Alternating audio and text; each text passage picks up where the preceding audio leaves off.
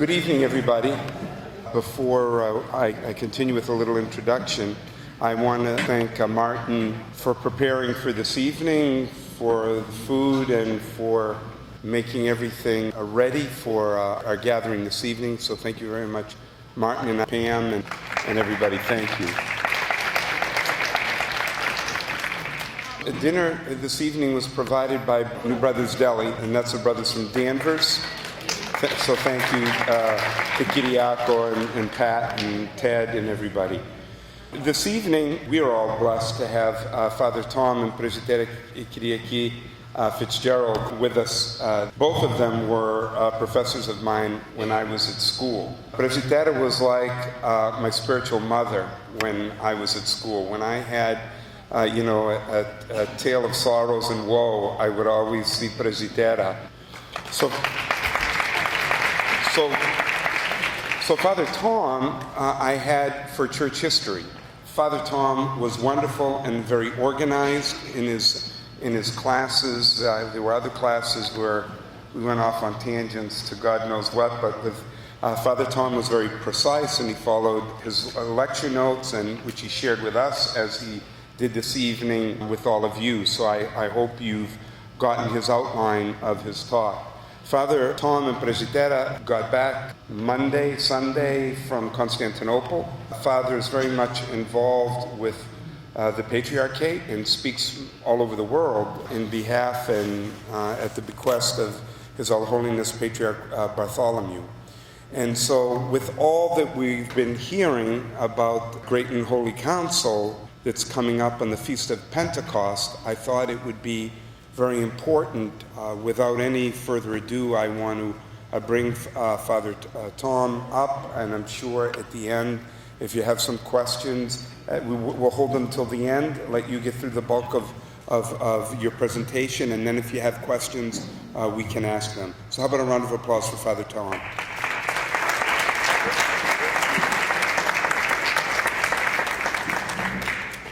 Well, thank you, Father Chris, for inviting us to be here tonight. And thank you for the beautiful dinner that we just enjoyed. So I gave out a kind of a guide. It looks like a test, but it's not a test.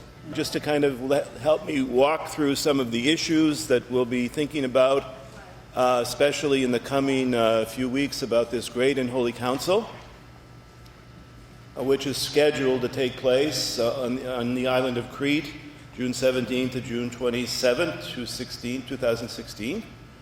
Originally it was supposed to take place in Constantinople, but because, as they say, technical reasons, they had to find another place to have the meeting, and in the end they chose Crete. So let me walk you through this a little bit. So number one, the centrality of Christ. Why do we begin with Christ? Because when we think of the church, we have to sort of recognize that every organizational aspect of the church ultimately should help us grow closer to Christ. Grow closer to Christ and better appreciate what His gospel is all about. So even though we're talking about a very significant event in the life of the Orthodox Church worldwide, it's important to say ultimately all of this is to help us better understand who Christ is and what His gospel is all about. So I always like to begin with the sense that Christ is central to all of this. That Christ is central to all of this. Number two, the Orthodox Church is one church composed of 14 autocephalous churches. Now, when you look at that list, you kind of get a sense of what the challenge for the Orthodox Church is. It's a church composed of churches from many parts of the world. Some are much more ancient than others, some are recent, some are older. So you're dealing with a variety of different types of churches made up of different types of people. So you go just from the beginning there, you go from the Ecumenical Patriarchate of Constantinople, the most ancient, all the way down to the more recent one, the Church of the Czech lands and Slovakia. Very different churches, very different peoples. And yet they're all part of this one Orthodox Church. Number three, we are a conciliar church. In other words, when we want to make decisions, we do it in a conciliar manner. We talk to each other. We try to find consensus. And we see that at various levels of the church's life. We see it at the local level, priests and parishioners, priest and parish council. We see it at the metropolis level, bishop, priest, people. We see it at the patriarchal level, Synod of the Patriarchate of Constantinople. In other words, we've got many mechanisms of conciliarity. Conciliarity means kind of working together. So our church is a church that wants to try to work together. And we've got challenges, we've got issues that have to be dealt with. Some of those issues can be dealt with at the local level, metropolis of Boston. Some of them can be dealt with at the national level, Greek Orthodox Archdiocese of America. Some of them are dealt with at a kind of broader level, ecumenical patriarchate. So wherever we go in the church, we're kind of looking for those opportunities of conciliarity, opportunities where the church can kind of work together to resolve issues. Some of the issues are local, some of the issues might be national, some of the issues might be global, worldwide. Number 4, the ministry of the ecumenical patriarchate. Within the Orthodox Church, there is one patriarch who has a particular authority, a particular ministry to kind of guide the church as a whole, to organize pan-Orthodox meetings, to preside at pan-Orthodox meetings, to inspire issues to be looked at. And that's the Patriarch of Constantinople. There's no other patriarch in the church that has that particular ministry, that particular authority, than the Patriarch of Constantinople.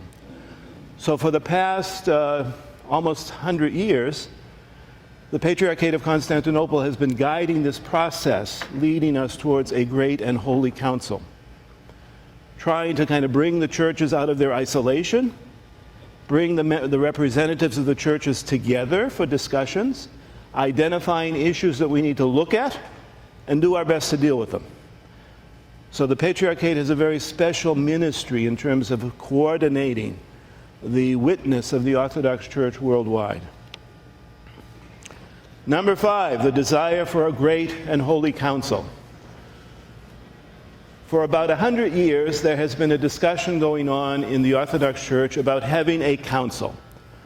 Not simply a local council, which we have, not simply a regional council, which we've had, but a kind of global council, where global issues will be looked at. In other words, issues that are not simply dealing with regional or local characteristics. Issues that are kind of worldwide for the church. Number 6, a renewal of conciliarity. Back to that term, conciliar. In other words, for the past 100 years, the church has been kind of looking for opportunities where representatives of all of the Orthodox churches can come together to talk about issues. And we can identify probably 100 of small meetings that have taken place since 1920 to try to bring the representatives of the churches together to talk together, not to sort of talk just to each other, but to talk together over some very important issues. And this has been a very significant process because it's kind of overcoming inertia. It's overcoming isolation among the churches. It's overcoming nationalism, the inability of some of the churches to sort of sit together and talk to each other about issues because of past historical experiences. So renewal of conciliarity is kind of a theme that's been running through the life of the church since about 1920. Important theme. Number 7. So we're aiming towards a council. Notice it is referred to as a great and holy council. Significant title. It's not being called an ecumenical council, right? Some people have made associations between the ancient ecumenical councils and this council, but that's not entirely correct. It's a council, but it's not necessarily an ecumenical council. So it's been referred to as a great and holy council. But one of the reasons that will make this council especially significant, is it will bring together bishops and theologians from throughout the entire Orthodox Church. Now, the councils of the ancient church basically were councils of the Mediterranean world. If you look at that list of the 7 councils, or 8 councils, I think there were 8, you'll see they were all councils of the Mediterranean world. The council that we're planning now is a council that's going to be really a global council, because not only will you have representatives from the old Mediterranean world, which you will, but you'll have representatives coming from other parts of the world. North America, South America, Central Africa, Southern Africa, Asia, Australia. Never happened before. Never happened before.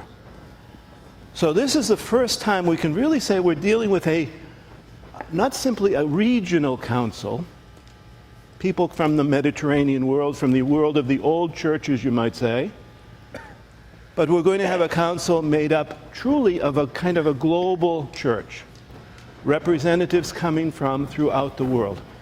For me, that's one of the key characteristics of this council. It's kind of global significance. The location, as I said, presently they're planning to have it on the island of Crete. Participants, bishops from all of the churches, and theological advisors. So in the end, we're probably talking about 500 participants. 500 participants. Speaking different languages. So we're not simply talking about Greek, we're talking about Russian, we're talking about Arabic, we're talking about French, we're talking about English. That's going to be a major event in and of itself, to get these people together having simultaneous translations. Topics for discussion and resolution. What are the topics they want to discuss? Well, we have various lists of topics. Some of them go all the way back to 1920. More recently, we had a list in 1968.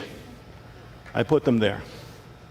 Sources of revelation, participation of the laity, adaptation of fasting, marriage impediments, date of Pascha, Easter, economia and acrivia, dealing with canon law.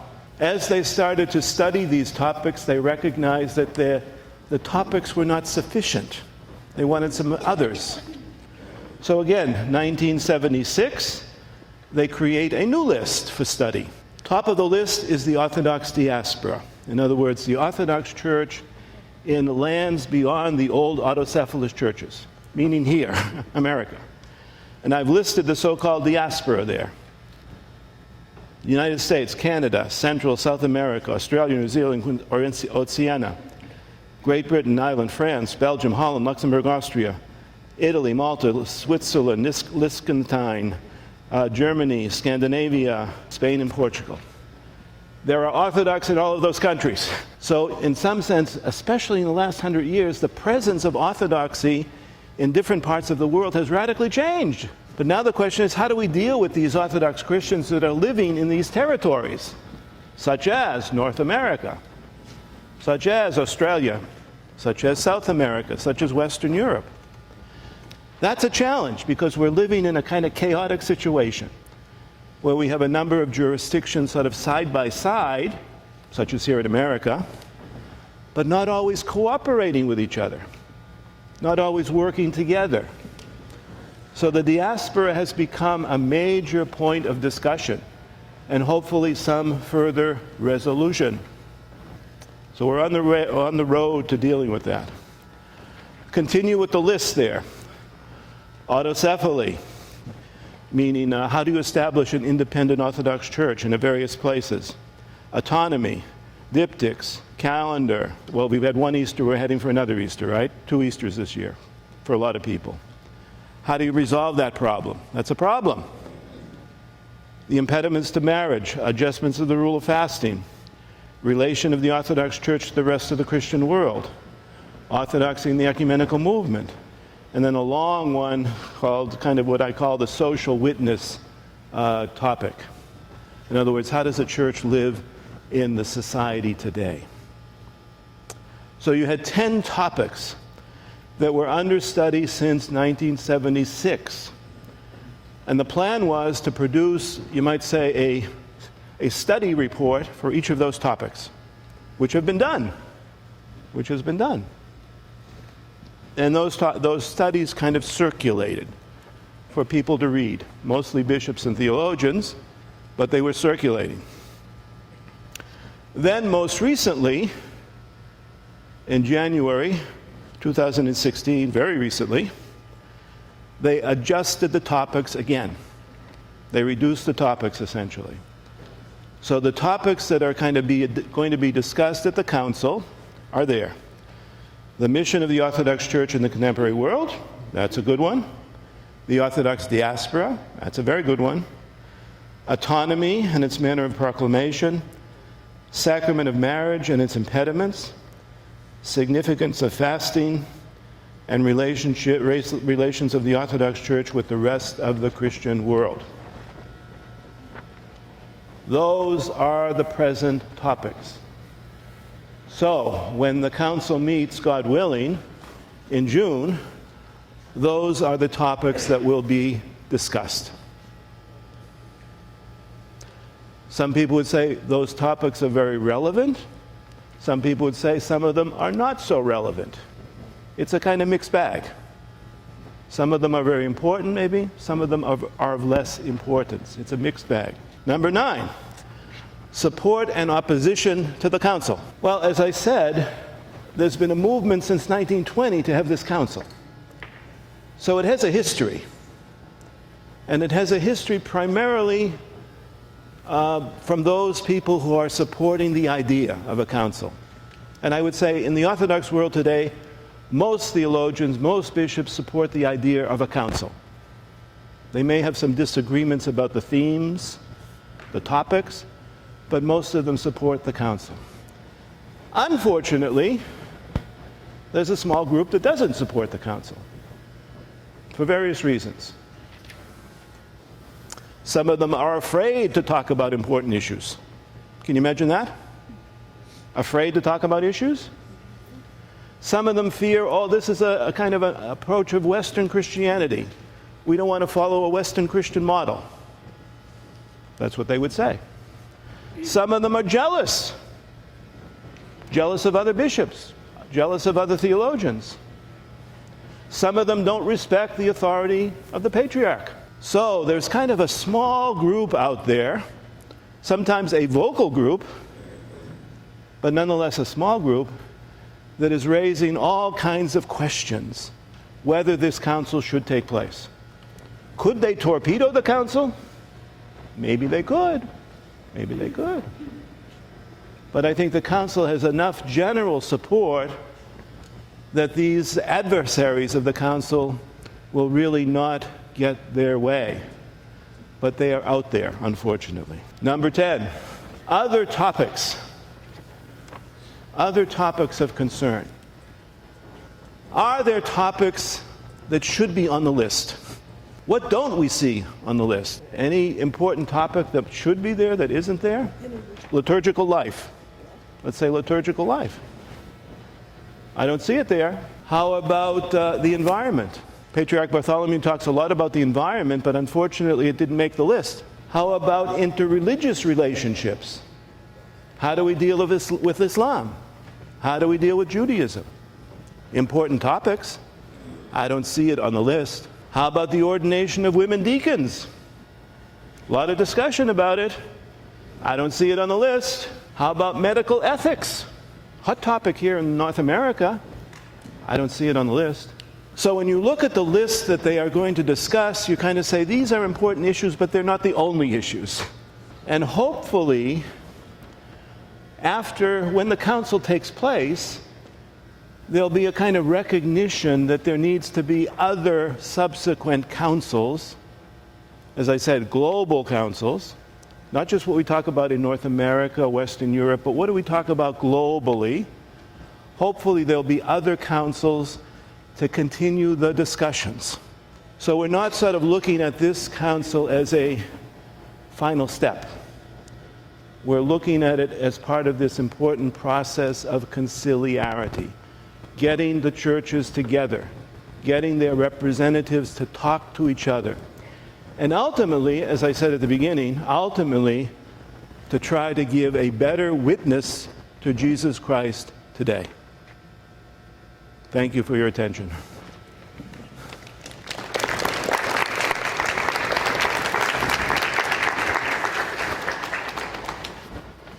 So I think we have a few minutes for questions. So they weren't looking for unanimity on everything, but they were looking for consensus. So there may be a question where a bishop might say, I can't agree with this statement, but that's not going to hold up the process.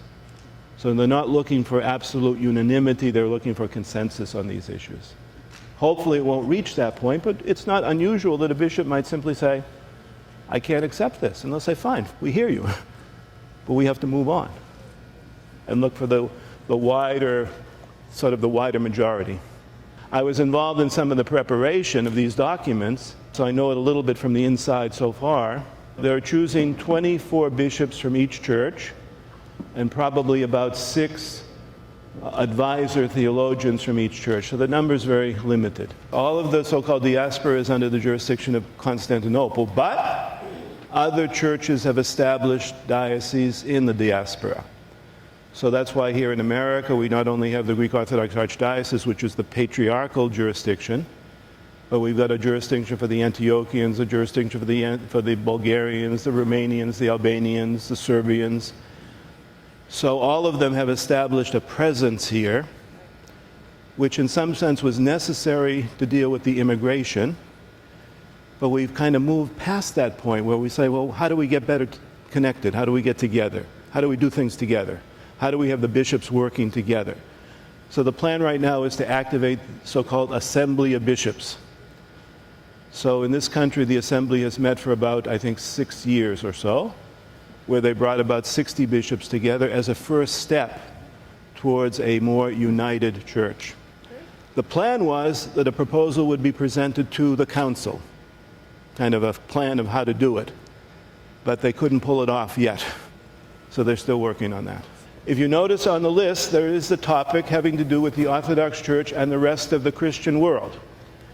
Basically, that means, how are we dealing with the Catholics? How are we dealing with the Protestants? In different parts of the Orthodox world, we've got a lot of success in those relationships. Right? So here in North America, we have very good relationships with the Catholics and pretty good relationship with most of the Protestants. In other parts of the world, we don't. Sometimes for historical reasons, sometimes for ignorance, whatever. So this is one of the kind of difficult topics for the whole Orthodox Church to deal with. Recognizing that in some places the relationships are positive and beneficial and working, in other places they're not doing as well. The Catholic Church recognizes a special relationship with the Orthodox, and therefore they would say in times of necessity, a Catholic can receive communion in the Orthodox Church. We have not reciprocated. We have not done the same thing. We do it in emergencies, no doubt about that, but in the day-to-day practice of the Church, we say no. Why? The argument would be we want to see the churches united first, because so long as we're divided, it's hard to sort of justify what they call intercommunion. So it's a technical question, but it's a question that troubles a lot of families. So that's an issue we especially feel here in North America. Other parts of the Orthodox world might not feel that way. For example, Greece. There are not too many Catholics in Greece. Russia. Not too many Catholics in Russia. So they have a kind of a different relationship with these other churches than we do here in North America or Western Europe. But that's why the topic is on the agenda, because it's a difficult topic. Gay marriage, will that show up? And the simple answer is probably no. Why? Because there are parts of the Orthodox world that don't want to deal with that question. So although we should be looking at it from a pastoral point of view, which we are here in America, just how to deal with it, not to say we support it, but just how to deal with it. In other parts of the Orthodox world, they don't even want to think about it. So it's not going to turn up on the agenda. What this was originally meant to deal with was issues of degrees of marriage relationships. All right, can you marry your cousin, kind of thing. Those kinds of things. And there was also divorce, and there was also questions of clergy whose spouses die, can they remarry? That was a kind of big question. Those were the kinds of things that could have been discussed, but they don't seem to be on the agenda now. An autocephalous church is a church that kind of is fully, and I don't like the word independent, but essentially it takes care of its own life. Autocephalous, self-ruling, self-headed, all right, from the Greek. So it kind of takes care of itself. It's not dependent upon any other church.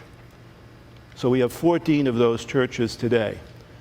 They have to be in communion with each other. They all have to share the same faith, the same sacraments, but each of them has a high level of what you might call independence, right?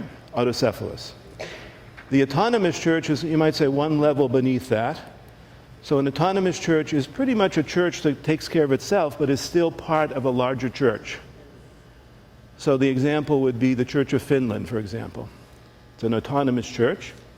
Yes, we have Orthodox in Finland. Okay. Yeah. So that's an autonomous church that's part of the Patriarchate of Constantinople.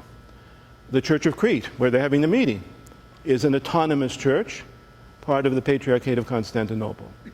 All right? So it's a different way of kind of structuring the church. Would we ever become an autocephalous church? There are some people who say that's where we're heading down the line. How quickly, when that will happen, God only knows. It doesn't seem to be in the cards right now. The best we can do, as I said earlier, is simply try to get together and organize each other so we're not fighting each other and they're working together with bishops, clergy, and laity. Why can't it be an ecumenical council? It could be, in the end. It could be. The tradition of the church is really not to designate the council ecumenical ahead of time. It has happened in history that certain councils have been designated as ecumenical before they even met. It's also happened in history that some of those councils have been rejected. They met, but they didn't get approval. So the safe route to go, as I said, from 1920 or so, is to simply talk about a Great and Holy Council, which may have some of the characteristics of an ecumenical council, but they're avoiding it, calling it ecumenical council. Who decides? The church decides in history. So it looks back. It'll look back. Looks back. And so if the issues discussed sort of reach a sufficiently high level, who knows? Someday they might look back and say, yeah, that was a real good meeting. Let's call it an ecumenical council. We've had other councils. Most of us think of 7 ecumenical councils. There is an 8th ecumenical council, which many people recognize has happened. And some theologians say there have been subsequent councils too that could be identified as ecumenical. Part of the reason we don't do that is because one of the patriarchs was missing. So all of the early councils had the representation of the patriarchates, all of them. So after the schism with Rome, we have not recognized any council as ecumenical. They have, all right, but we have not. So that could be part of the reason too. Michael, if the Pope came, Would he be able to? that's a good question, but it would complicate things because we'd have to invite him. And not all Orthodox would be happy about having him there. Okay? Some would not. Fasting. There's really nothing radical there. Fasting is a good thing, is what they're going to say. All right? What they originally wanted to deal with was, what do you do in parts of the world where fasting is more difficult? All right? Now that we're a global church, we're sort of we don't always have this access to the same food everywhere, to the same nutritional food everywhere. So there was some kind of a question, how do we adapt to that reality? So that might have been part of the discussion, but it doesn't seem it will go that way. I think they're simply going to reaffirm traditional fasting practices, which everybody knows, but we also know that people adapt those fasting practices to their own setting, their own home. All right, so they'll probably say something like that. Nothing dramatic on fasting. The calendar. Going back to 1920, the question of the calendar has been popping up every time. If we've got relatives, neighbors, friends, somehow or another, we're going to observe 2 Easters, right? Our own and maybe the others, because that's the society we're living in, right? But again, that's a topic that we are more conscious of here in North America, because we know we're living side by side with Protestants and Catholics, and most years our Easters do not coincide, most years. So the question was, can we more correctly calculate the date of Easter? Calculate the date of Easter. We are miscalculating. The Orthodox are miscalculating the date of Easter. All right? Because we're following, in part, the Julian calendar. Those of you who know about the old calendar question, especially in this area years ago, all right? So when we come to calculating Easter, Pascha, we're following, in part, the old calendar, the Julian calendar, which kind of knocks the calculation off, if I could put it that way. All right? So the Council of Nicaea gave us the formula for celebrating Pascha. Everybody learns it in Sunday school, right? First Sunday after the full moon, after the equinox. The equinox this year was, same every year, March 21st, 2020, 21 usually. It's kind of on the border. So we got the equinox. The next full moon was?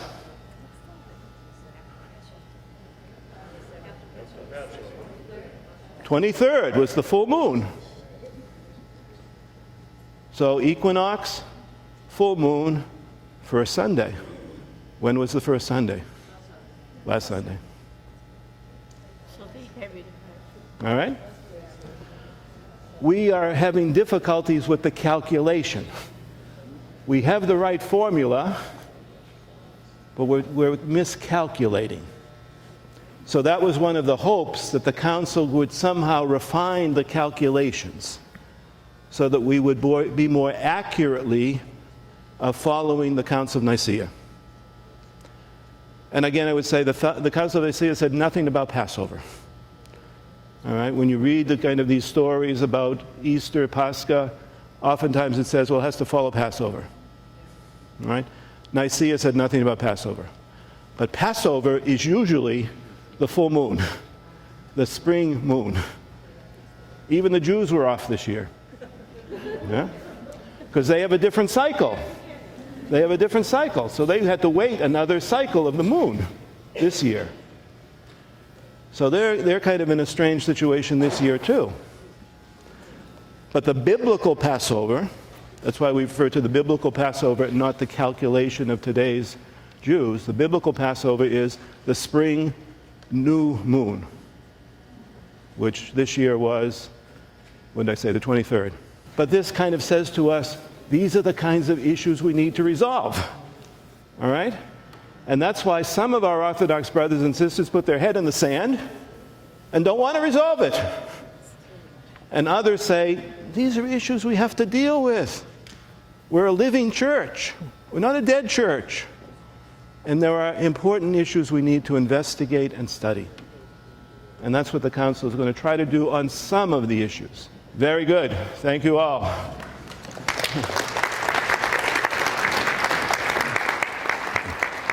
I want to thank Father Tom for a great presentation, for answering our questions. If you have other questions, you want to write them down and get them to me, and I can give